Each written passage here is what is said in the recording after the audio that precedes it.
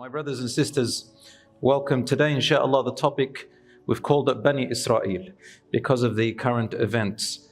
I want to begin actually with quoting an editorial, a paper, just to introduce my topic about what I'm going to talk about, inshallah.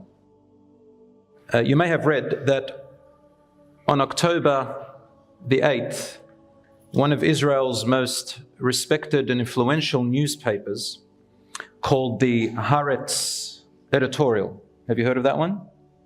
The Haaretz editorial read, Netanyahu bears responsibility for the Israel-Gaza war. This is the news that is from their newspapers when this catastrophe, this event first happened in October the 7th.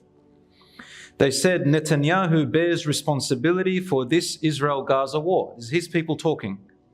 It said that it was because he established a government of annexation and dispossession. Annexation and dispossession means to forcibly asserting control and sovereignty over the Palestinian territories. That's what annexation and dispossession means. And it goes on by saying, while embracing a foreign policy that openly ignored the existence and rights of the Palestinians, meaning their land, their property and possessions, and ignoring the rights and existence of the Palestinians.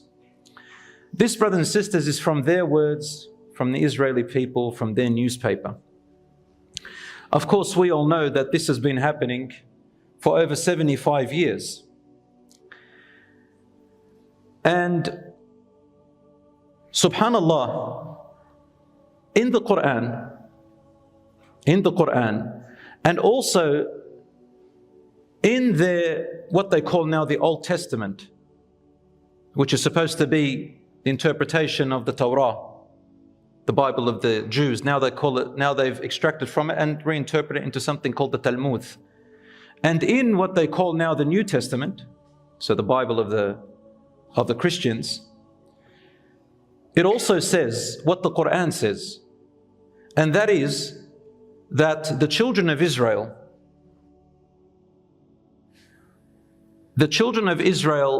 were originally promised